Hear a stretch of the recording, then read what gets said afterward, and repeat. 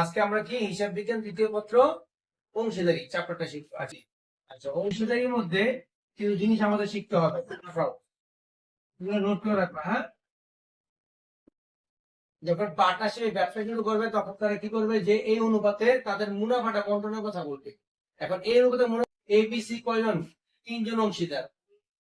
এ পাবে তিন অংশ, ও 2 অংশ, ও 1 অংশ। এটা 20,000 টাকা কি করবো আমরা, এই অনুপাতে ভাগ করে দেবো। কিভাবে ভাগ করবো?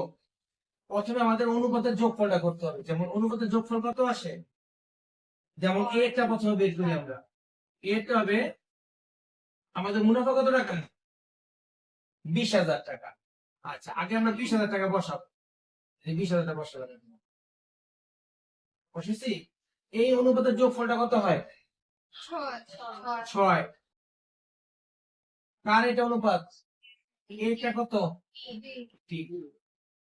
কত হয় ভাগ করে দেখো। 10,000। আচ্ছা, এই পাখি 10,000 টাকা।